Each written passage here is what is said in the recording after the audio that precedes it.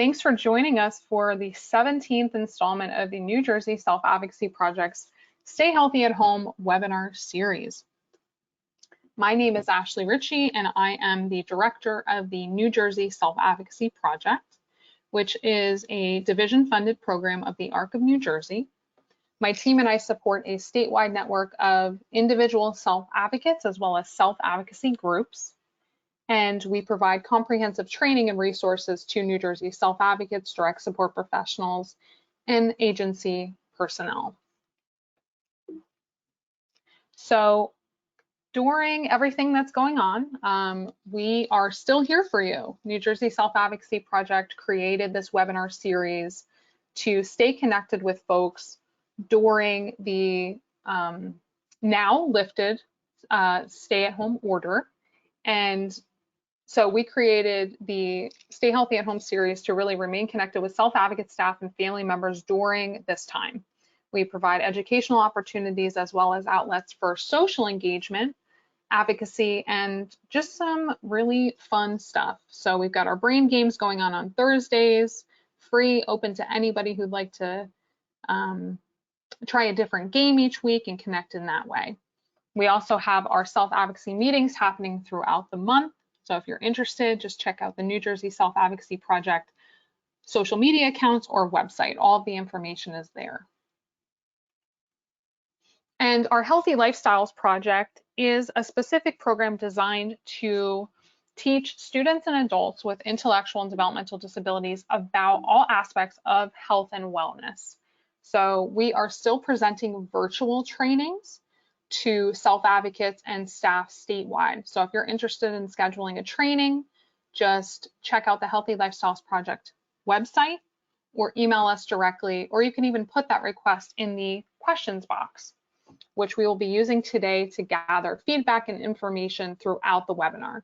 So don't be shy. If you have a question or a comment, just write that in the questions box in the control panel that you see on the side of your screen. And there's no need to send duplicate questions. There's a dedicated New Jersey Self-Advocacy Project team member monitoring the questions box, and we will make sure that your question is answered either immediately or at the end of the webinar after the slides are done. And we will also post the slideshow it is posted in the handouts tab in the control panel. So you can just click handouts and it'll bring up this slideshow that you can download. We will also email a certificate of participation to you later this week, along with a copy of the slides. And if you could, please fill out the very brief survey at the end of the webinar, because we want to hear from you and the topics that you would like to see us present on in the future. So today's webinar is all about advocacy in action. We will be exploring different ways to amplify the voice of self-advocates and direct support professionals through participation in a variety of advocacy campaigns. Given our current circumstances, a lot of the advocacy campaigns happening right now are based online. They are virtual. So we will specifically look at recent examples of action alerts shared by various advocacy organizations in New Jersey. And I have also pre-recorded tutorial kind of how-to videos to show you exactly what it looks like to participate in an active action alert campaign, as well as to explore the New Jersey Legislature's website to find your elected representatives. So if you're not familiar with action alerts, they are essentially messages that are sent out on behalf of an advocacy organization or group. And the purpose is to gather responses from members of that advocacy network and kind of bring those responses, bring that information to decision makers. So action alerts are typically focused on one particular advocacy issue per message. So they're kind of laser focused on one thing. There's certainly never a shortage of challenges or things that we're looking to change as part of a self-advocacy network, but the action alerts are focused on one particular issue. And as the name suggests, the alert is meant to inspire action. We want to specifically ask the reader, the advocate, the recipient of this action alert to take a specific action and respond appropriately. So the action in an action alert varies. Sometimes it's signing off on a petition in support or opposition to a certain issue. Sometimes it's sharing that information on your own social media accounts. And sometimes it means writing to an elected representative or decision maker in your area. Sometimes it's in support of a particular issue or in opposition to a piece of legislation that's pending or a different, type of policy that could affect your life or the life of someone that you care for. So let's cover, what is advocacy? I think it's important to address that right off the bat. Advocacy takes on many forms, but usually always involves speaking up in some manner.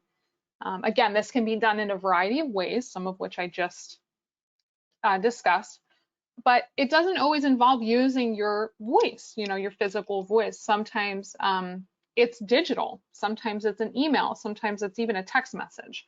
So today we're going to discuss several ways that we can advocate virtually and how our advocacy efforts can be directed at different people or to benefit different groups of people. Most of the folks in this webinar today, I would guess, are very familiar with the self-advocacy movement, which is a worldwide civil rights movement aimed at improving the quality of life, social inclusion, integration, and gaining equality for people with intellectual and developmental disabilities. It's a worldwide movement. It is not just in New Jersey, it's not just in the US, it's worldwide. And there are also very strong, vocal, and successful advocacy groups aimed at ensuring equitable treatment for members of other groups, including the LGBTQ+ communities. Black Lives Matter is another very powerful advocacy movement that has received a lot of coverage on mainstream news outlets very recently, as well as a lot of social media campaigns you may have seen that promote and support this movement. So advocacy is not just for one group of people. Effective advocacy campaigns are accessible and available to many different groups of people because there's power in numbers. So sometimes advocacy takes on an individual element. You may need to advocate for yourself in an individual circumstance, whether it's at work or at home or something that happens when you're out in the community.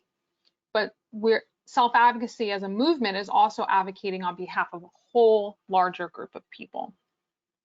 So I will probably repeat it again throughout the webinar, but there is power in numbers. So advocacy campaigns really do rely on a lot of people participating in a specific advocacy campaign around the same time.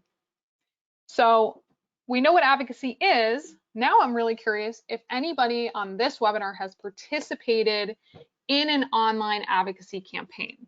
So we are getting to our very first poll here.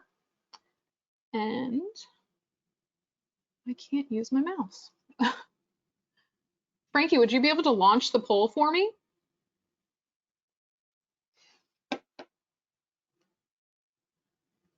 Thank you so much. So this is our 1-minute poll. Just let me know if you've ever participated in an online advocacy campaign before. And we'll let this go for a couple more seconds till we hit about 1 minute.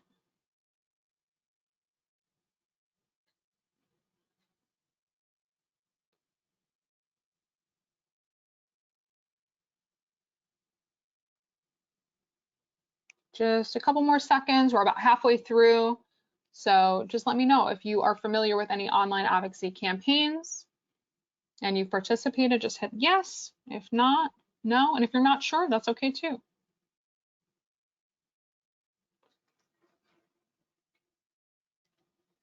All right, about 10 more seconds.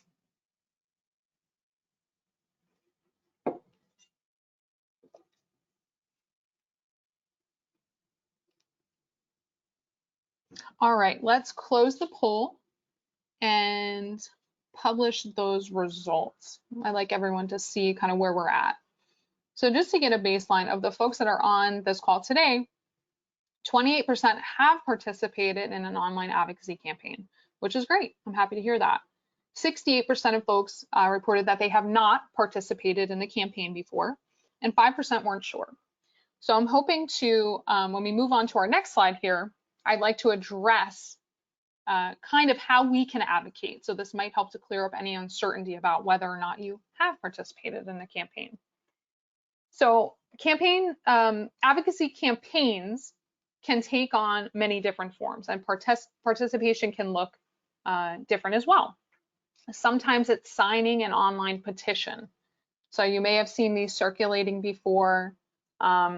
This is an important way for especially folks who are running for public office.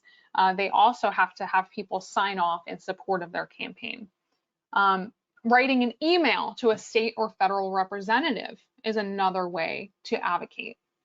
And sharing information about an advocacy issue with your social networks is another way to advocate as well. And you know, most of us utilize some sort of social media. So whether it's Facebook or Twitter, Instagram, TikTok, whatever the case is, there is a way to kind of use those platforms to promote the things that you believe in and the things that you want to support and bring attention to. So there's room for everyone in advocacy. I think that there's no, one great way to advocate. Sometimes it's a combination of all of these things. And I should also say that advocacy is there because there's something we want to address. There's something that we want to change or make better for a certain group of people or a certain part of our population. So typically the big changes, the big positive changes, we don't see those changes overnight. It takes time. It might take years of advocating. And again, a combination of all these things. But there's room for everybody. So if you only have a couple minutes to spare, hitting repost or share on a social media outlet to bring attention to a cause that you care about is a way to advocate. And it's, again, just a couple seconds, just repost something from a reputable organization. And we'll explore, a little bit more in depth some of these examples in just a bit. But I think a lot of organizations acknowledge that a lot of people are pressed for time. So we want to do our best to develop ready-made advocacy campaigns and messages that can be shared easily across social media. It doesn't take a lot of time, and it can still be very impactful to the person on the receiving end of that message. Okay, so to sum up, ways to get involved in advocacy really involve kind of figuring out what cause speaks to you, what interests or different advocacy issues relate to your life and matter to you and your belief system. So it takes some research. There's a lot of organizations doing amazing work. Figure out which one speaks to you. You can find this information online. Most all reputable advocacy organizations have a website or some kind of online presence where you can read about the work that they're doing and choose to support that work. So sign up for their email list, follow them on social media, see what they're about. You also want to make sure that when advocacy alerts do go out, when action alerts go out, participate in them. And when it's safe to do so, a lot of advocacy organizations do host in-person events. Again, given the situation with COVID right now, that's not happening. Most folks are not hosting in-person advocacy campaigns, but there's still a lot that we can do while we're largely still at home. So sharing, liking, and spreading information from reputable advocacy organizations is a great way to participate right now. And as an advocate, it is your responsibility to do your due diligence before supporting or promoting something online. You want to make sure that it's factual, that it's based in current actual information. So use the internet to your advantage. Figure out, do your research, look into an issue if it's something that you want to promote before you put it out there. So our next slide, this is actually a video that we're going to play, and it's focused on the New Jersey Legislature website, which a lot of advocacy work is focused on changing policy or laws. also known as legislation or legislative advocacy. The people on the receiving end of these advocacy efforts are elected representatives known as legislators. So they are elected into their positions by voters during the general election. So we're going to explore the New Jersey Legislature website and the different ways that we as advocates can connect with our elected officials.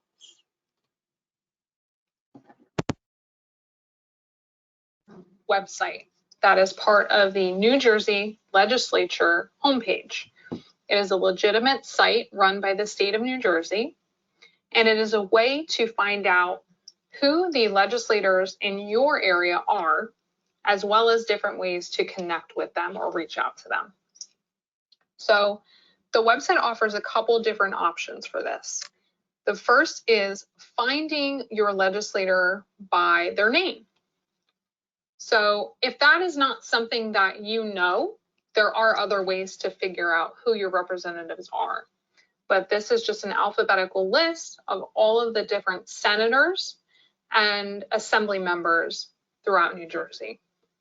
And again, these folks are voted into office during a general election. So they are put into positions of power to make laws that affect all of us. So this is a way to find out who they are and how to connect with them in a way that works best for you. So there's the alphabetical list. That's one option. And then if we click on municipality, this is a way to find out who your legislators are based on the town that you live in. So it's an alphabetical list, and you can scroll right through and pick the town where you live. So let's test it out for Cranford, which is part of District 21. So let's click on Cranford, and we see that it's part of District 21, representing Morris, Somerset, and Union counties. So if we click here, the smaller link for legislators for District 21, it brings up a separate page that has the photo, name, political party affiliation, as well as the contact information for each legislator. So every district has one senator and 2 assembly members. They make up the legislative branch of state government. So this is another option to find out who your legislators are. If we go back to the homepage, we see that the third option for finding our legislators is to search by legislative district. Again, if you don't know that information right off the bat, the other option that we just reviewed, where you can search by township, might work better. But there are 40 legislative districts throughout the state. You can see the map over here, all broken down into different colors. And it also details the municipalities or townships in each district. So the fourth way to find our legislator is to click on an interactive map of all of the different legislative districts. And again, this map is valid for 2011 through 2020. Sometimes these legislative districts are restructured based on the census.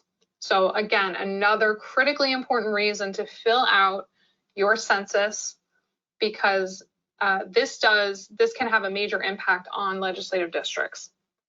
So if we wanted to click on District 13, it will bring up a list of the legislators for that area. So we see Senator Declan O'Scanlan, Assemblywoman Serena DiMazzo, and Assemblyman Gerard Scharfenberger. And you can actually review how these legislators have voted by particular bills or by subject. So let's check out the subjects here. There's a lot. So it starts, again, it's alphabetically listed, agriculture, and it goes through all of the different subjects that a bill may be presented to the legislature about. So you can scroll through, you can see exactly how this particular legislator has voted on these different bills. You can actually click on this link right here, which will bring up the specific bill. A copy of it is right here. You can read it in PDF format. And then the history of the bill as it traveled through the legislature. So there's a lot of information that can be found through that particular option. And the final option is to, it creates a way to correspond with or communicate with your legislators. So let's check that out. So again, they're asking you to pick the town that you live in, and it'll populate a list of different representatives for that area. So let's pick Denellen. So it's part of District 22. Let's find the representatives for that area, and you see there's Senator Scutari, Assemblywoman Carter, and Assemblyman Kennedy. So if we wanted to reach out to all of these folks, we can certainly do that. Just check all those boxes, or you can pick and choose the particular person that you want to reach out to. So select your representatives. A new page comes up that lets you know that this is a way to connect with your legislator. So you can pick a subject, and it is, again, organized by alphabetical listing, A to Z. So if you wanted to discuss an issue related to people with developmental disabilities, it's right there under Human Services. So you would then fill out your information, your mailing address, your permanent address, and you can provide a phone number and email address if you want. You can also identify as a member of an advocacy group or organization, but again, that is optional. This is not required. But if you were filling out this form and wanted to advocate on an issue of importance to people with developmental disabilities, and you want to identify as a member of the statewide self-advocacy network, you can certainly put that information there. And then this is open to you to personalize. This is where you write your message. So in the action alerts that we reviewed previously, the messages were pre-drafted for you, but this is really an opportunity to craft your own message that will go directly to your representatives. So again, there are several options for connecting with your legislators, and it is all through the State of New Jersey's Legislature homepage. Okay, so hopefully that information was helpful to you. I think the New Jersey Legislature website is super, super helpful when you're trying to advocate on a bunch of different issues. They make it really easy to connect. An important point that I just want to make before we move on, the act of voting is advocacy in and of itself. So as a registered voter, you are cued into our democratic process. Your vote is your voice, and it's important that you use it. So there is a live link embedded in this slide. If you want to learn more about the voter registration process, you can visit our website or listen to a recent webinar we recorded titled Ready to Poll, What You Need to Know to Cast Your Vote. So just putting that out there. Let's jump into what action alerts actually look like when they land in your inbox. This is a recent advocacy action alert that focused on our federal legislators, so members of Congress and the U.S. House of Representatives, and our senators who represent New Jersey down in Washington, D.C. So we noticed that there's a hashtag being used, hashtag We Are Essential, and it really grew out of concerns about the COVID-19 relief bills, which had initially failed to adequately account for the needs of people with intellectual and developmental disabilities, their family members, and our direct support staff members. So there was a problem, and that led to the development of an advocacy strategy. So we want to keep in mind the relationship between the legislative branch of government, our legislators, and advocates. There should be that open line of communication. So this particular action alert, hashtag We Are Essential, you can see right here, there's a big button to share my story. And what that really means is including a personalized message that can be sent to members of Congress.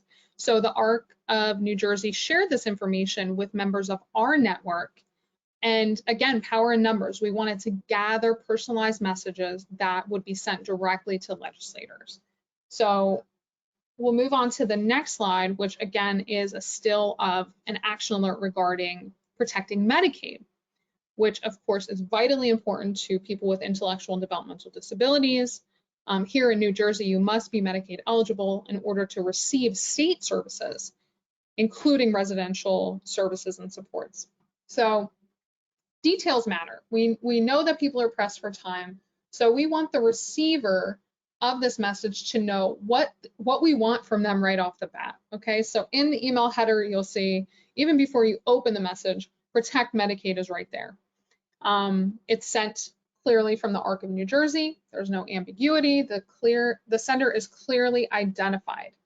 Also, the tagline is there. The action alert graphic is prominent. And we try to express the urgency in responding to this message. It's time sensitive. Also, we tend to send our action alerts early before everyone's inboxes get clogged up, right? So 7:30 a.m., nice and early. And the goal is to really make this a readable, easy to comprehend message. We want to protect Medicaid, and then there's the ask. Tell the federal government there can be no cuts to Medicaid in Oklahoma or anywhere. So there was specifically concerns about Oklahoma's Medicaid program, but again, a threat to Medicaid anywhere is a threat to Medicaid everywhere. So if we move along, if you had scrolled down through that message, this clearly does have a time, like a deadline on it. So it says that the responses should be received by June 26th. So I bring this up because often the deadlines are related to a legislative calendar. So when are the legislators meeting? It's not an arbitrary deadline just saying, okay, respond right away. We need this information right away. We need to get as many people to respond and act right away because the issue is urgent, and the idea is for those comments to be sent to the legislators before they have meetings and before they're expected to vote on a particular issue. We have to keep in mind that legislators are generalists.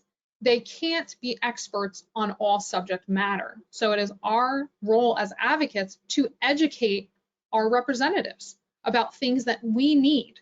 So right there's 3 bullet points. It breaks down why Medicaid is so crucial.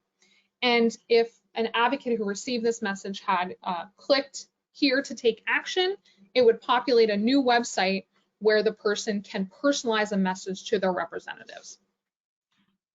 So a lot of information that's sent on behalf of the ARC of the United States goes through their Capitol Insider, which is an update from federal legislation that's going around through the process, the federal legislation process in DC. Okay, so this was a very recent alert that went out. And again, very clearly labeled. It comes from the ARC of the United States, and it's time for the Senate to act. So essentially, if there's 2 different members of the federal legislative process, we're asking, if the House of Representatives already passed it, we're now asking the Senate to review and pass this act. And this is another video that we're gonna jump into in just a minute, but this is a call to action. So I want you guys to see what it looks like when we go through the process of taking action on this particular issue. Sent out by the ARC of the United States. I think it's pretty cool that they personalized their email header and really summed up the ask of this action alert in the email header. Even before I open the message, I am aware that they are asking me to reach out to senators to pass the COVID-19 relief bill. So this is the body of the message. And we see here that it's appropriately branded. We know where it's coming from. And again, the ask is repeated right before a live link to take action. And you can read the whole message. It outlines how the bill is proceeding through the federal legislative process. Right now, it is up to the Senate to review and ultimately approve or reject the bill.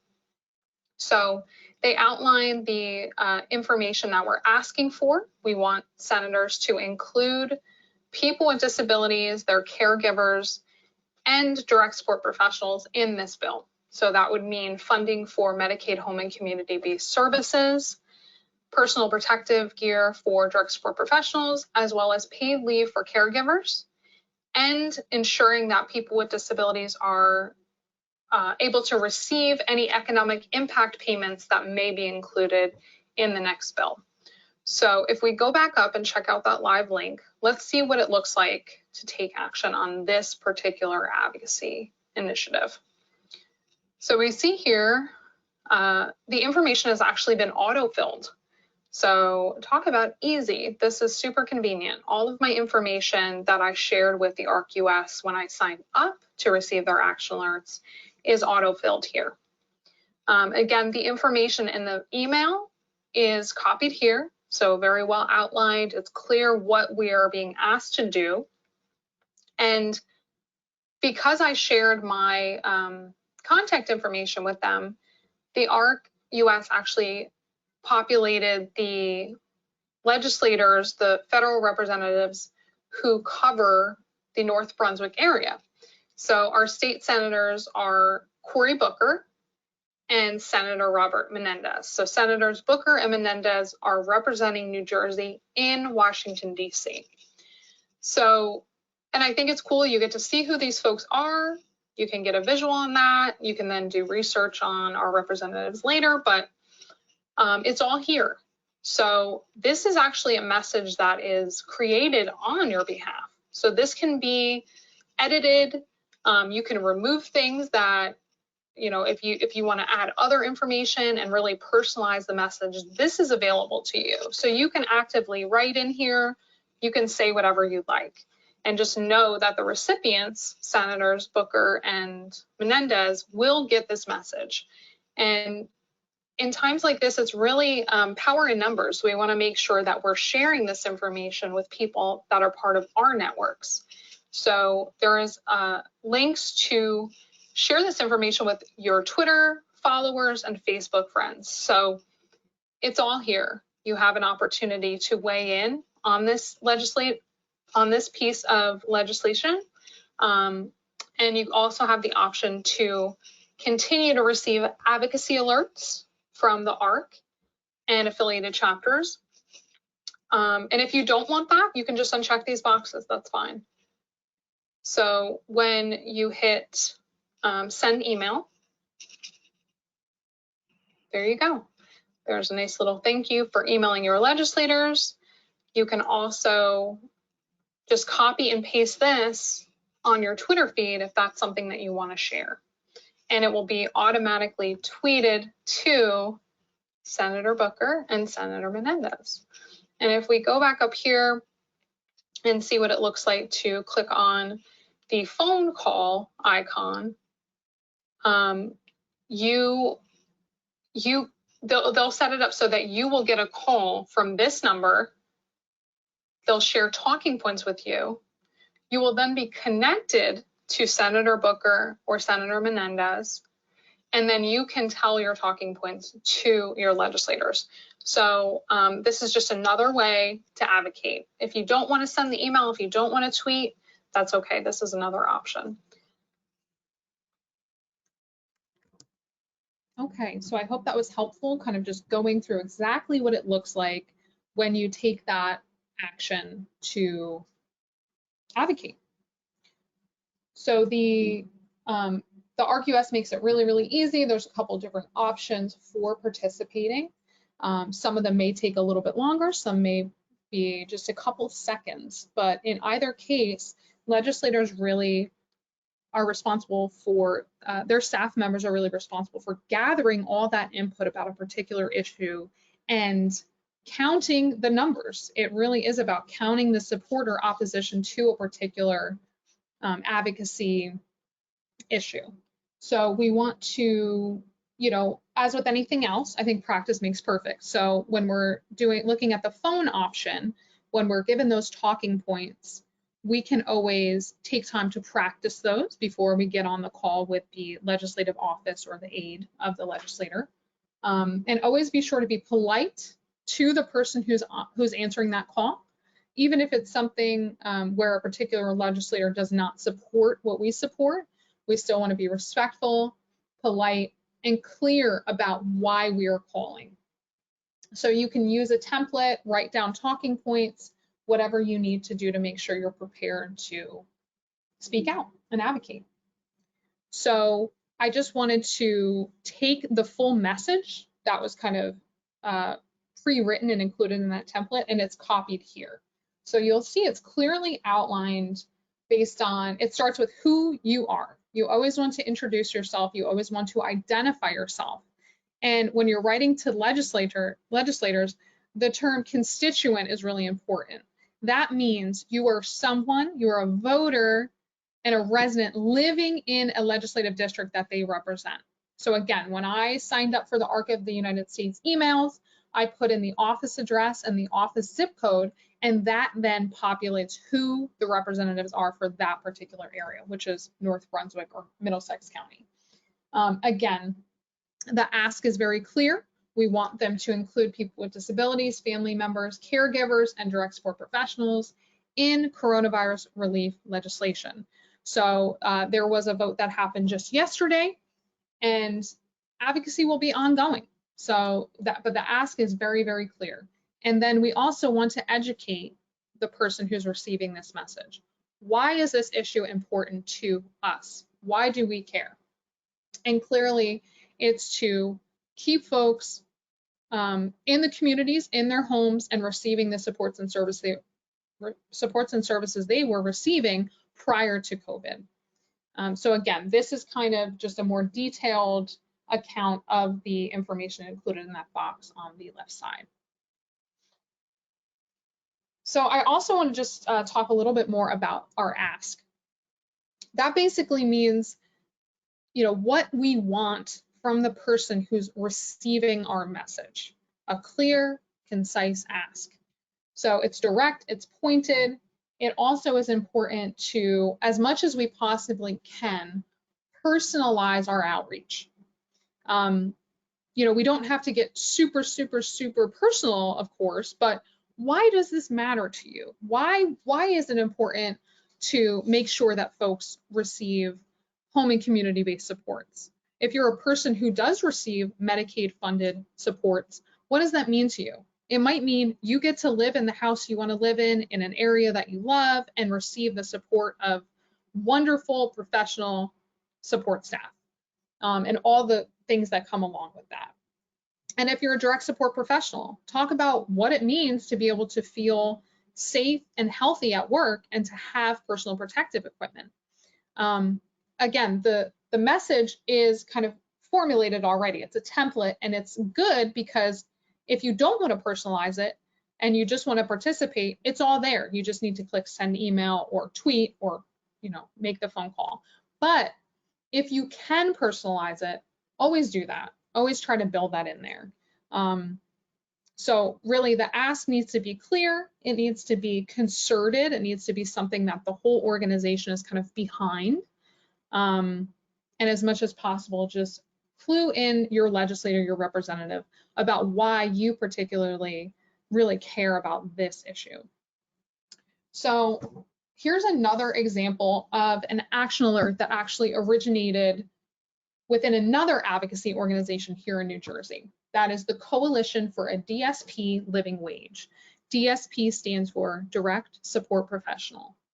So as its name suggests, the coalition is made up of a group of advocates who have been working diligently for years to gain equality in the rate of pay for direct support professionals or the staff members who work with people with disabilities in a variety of settings.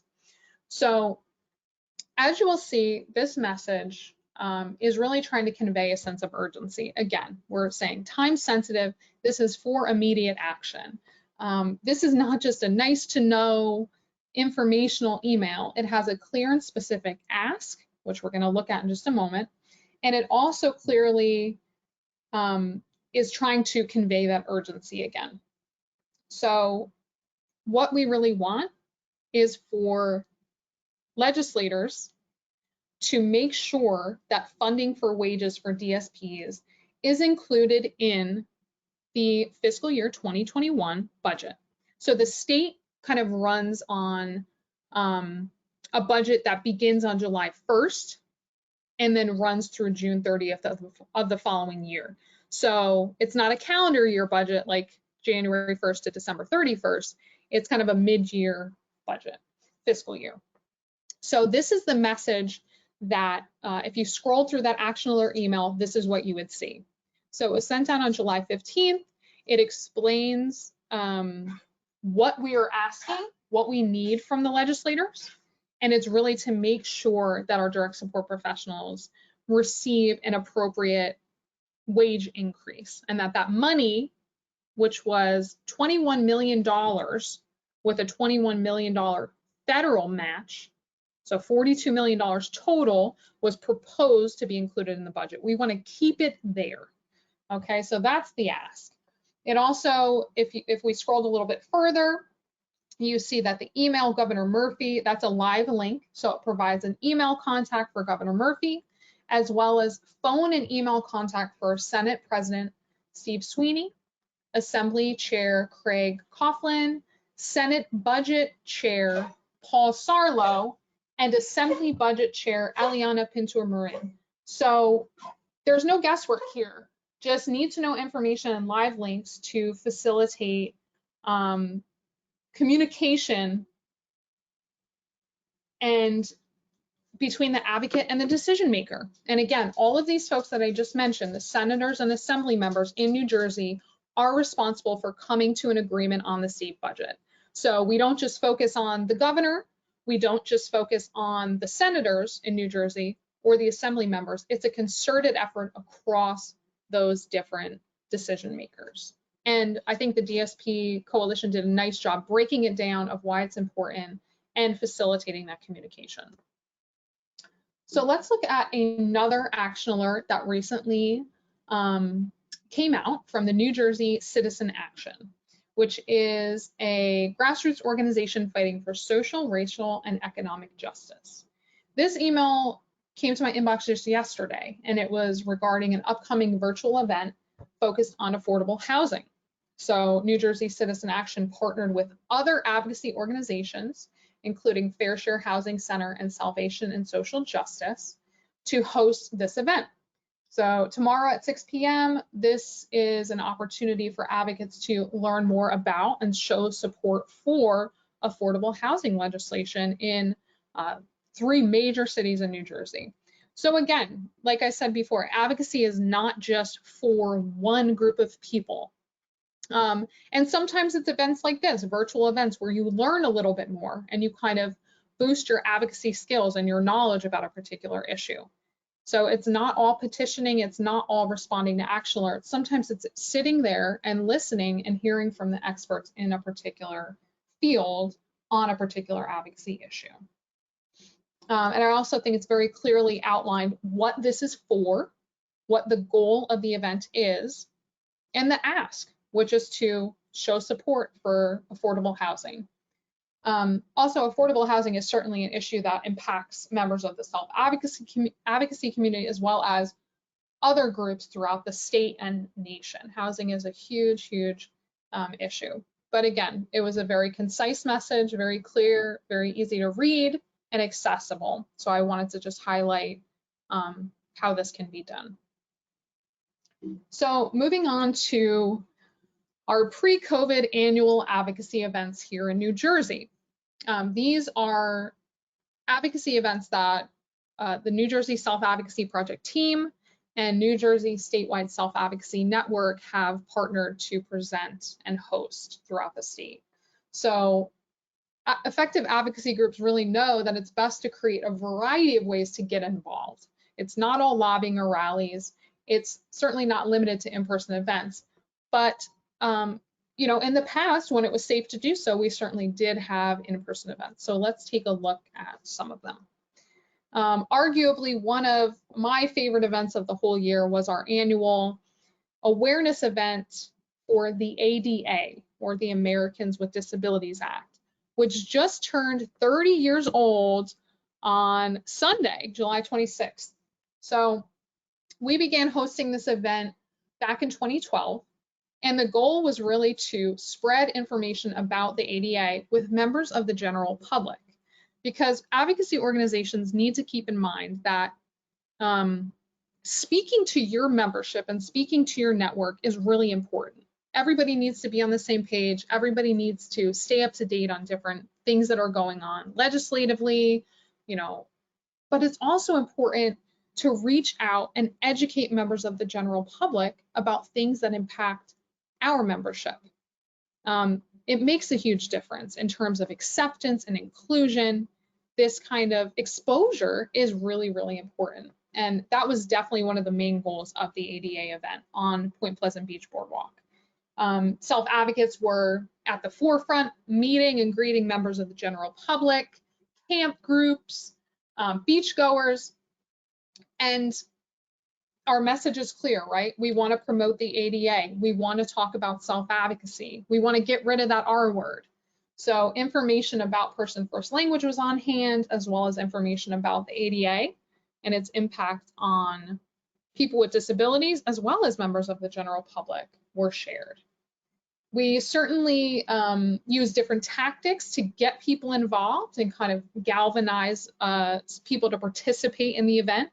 And one of them was our prize wheel, which, who doesn't love a prize wheel? Everyone wins, but they first needed to answer a question related to a topic around self-advocacy. So it's kind of a fun, maybe a little sneaky way to educate folks, but it worked. And it was an opportunity to connect with a group of people that we might not necessarily have that connection with otherwise. So moving on to a more legislatively focused event. It's held in the State House every year.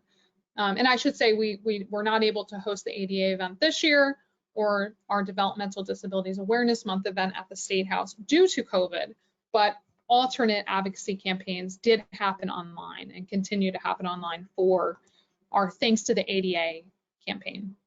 But each March, we would host a Developmental Disabilities Awareness Month event at the State House. So this is Goldfinch Square. This is a spot in the State House between two meeting rooms where the Senate and the Assembly members, those are the legislators we talked about before, two places where they're meeting.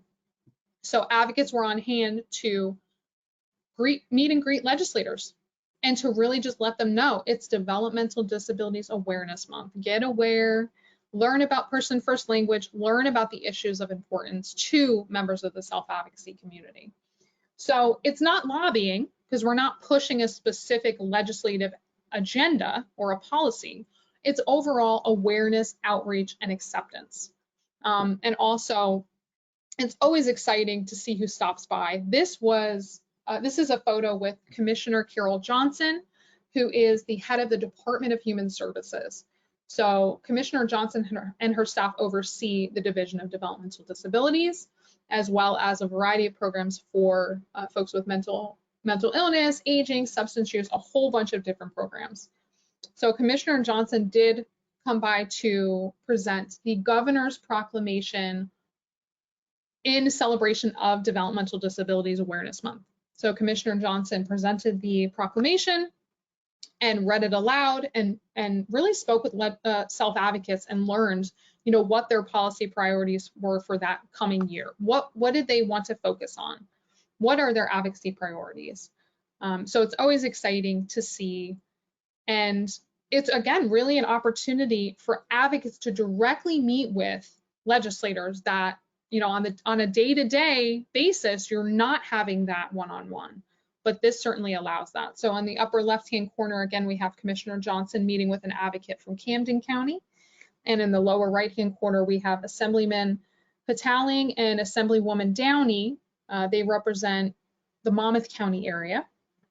And they actually presented the legislative resolution in honor of Developmental Disabilities Awareness Month.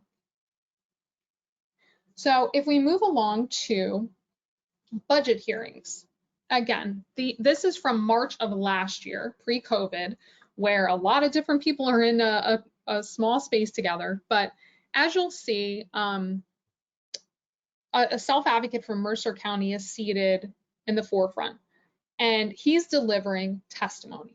Testimony is a formal acknowledgement of things that we're asking of the legislature, a formal statement of support.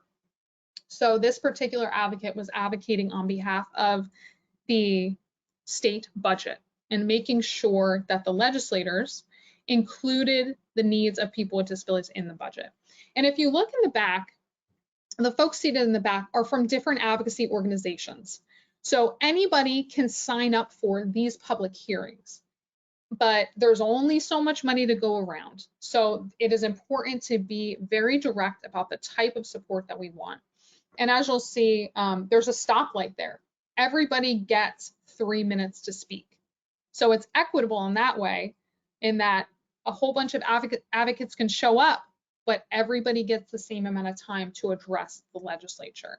And this particular group was the Assembly Budget Committee. So yeah, it's really, really important to be there and to be on the record. And advocates every year are there in support of the state budget to make sure the issues of self-advocates are considered by the legislature.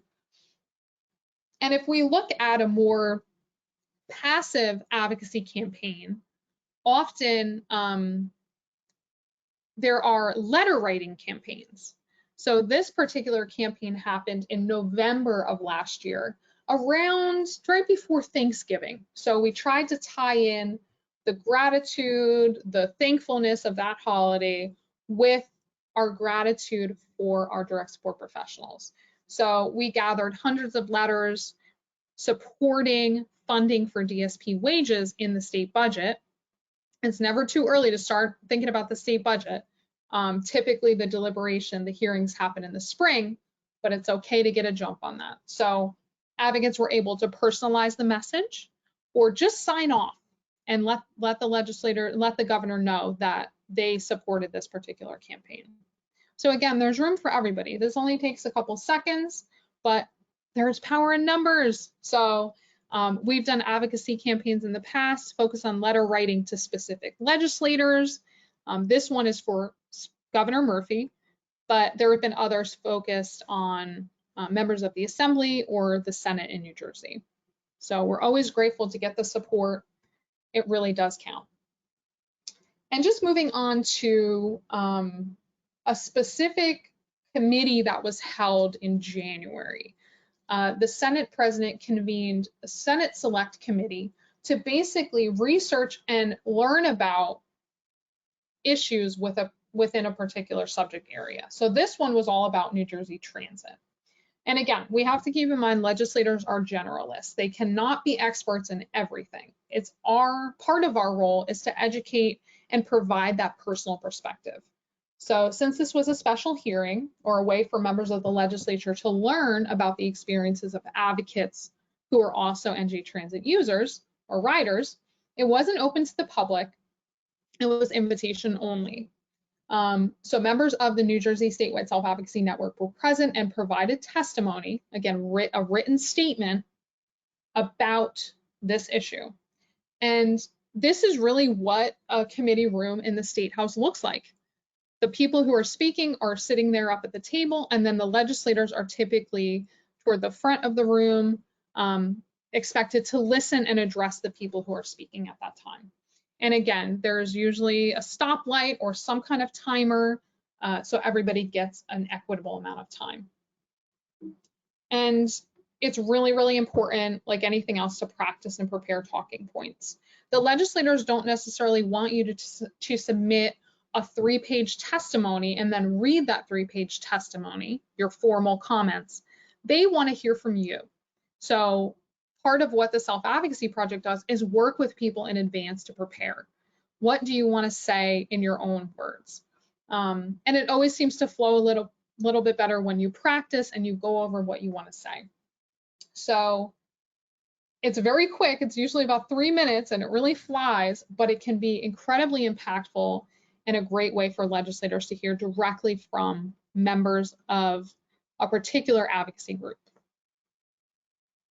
And moving on to the only in-person hearing on the state budget that happened this spring, March 2020. So right before COVID really hit, right before the stay-at-home order, we were able to present testimony. Members of the statewide self-advocacy network addressed the Senate Budget Committee in March of 2020. So again, this was the only one that happened in person. There are usually limited opportunities. There's typically 3 to 4 in-person budget hearings throughout the state each year in March. And many other advocacy groups are there. You'll see this was toward the end of the hearing, so a lot of the chairs had been freed up, but typically all of those chairs in the background are full of advocates asking for funding and asking for their particular groups to be included in the state budget.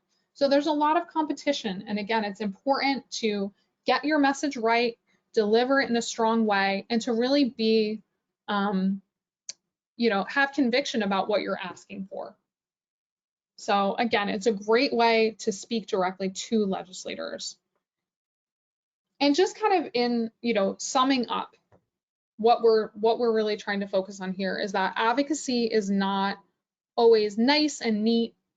A lot of the times advocacy is born out of a struggle. There's a challenge that one person or a group of people are experiencing that needs to be changed in order for everyone to have access and to have a chance to live the lives they want to live. So being an advocate is not always easy, but I think now more than ever, there's ways to get involved that don't take a ton of time and don't mean going out and marching in the streets. That's certainly part of advocacy, definitely, but there's ways to get involved that, prior to this webinar, you might not have thought about before. So hopefully you have a good handle on some of the advocacy campaigns that are happening now and ways to get involved. And I would love to check out any questions that we have. Let's see here. Frankie, are there any questions that I should address right now?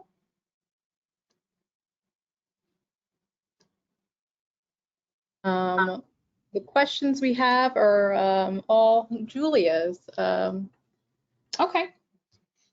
Let's see. Some comments about advocacy she's done. What is the status of the HEROES Act? And could we advocate for Disability Pride Month next July? Oh, I love that. That's wonderful. I think that's a great idea, and that's something, and thank you for those questions and comments, Julia. I think that's a real benefit to being part of a statewide self-advocacy network. We have the state kind of broken down into 5 different regions, 5 different council areas. So if Julia or another self-advocate had an idea for, say, starting a new campaign, or, saying, I want July to be Disability Pride Awareness Month, bring that to your local group. And then that can be something that, as a network, everybody works together to kind of figure out how that would look and what we would need to do. And, that goes beyond disability advocacy and self-advocacy. If you're an advocate and you feel strongly about a particular issue, find people that also want to work on that. I think there's something really great about working together to make those gains and to achieve equity and access for different groups of people. So yeah, I really appreciate the feedback. And as always, we've included a resources slide.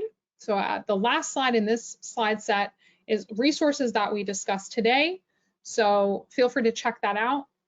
And again, if you ever have any questions or any comments, feel free to reach out to us directly at our website, njselfadvocacyproject.org. And again, thank you all so much for being part of this webinar today. We hope to see you again next week.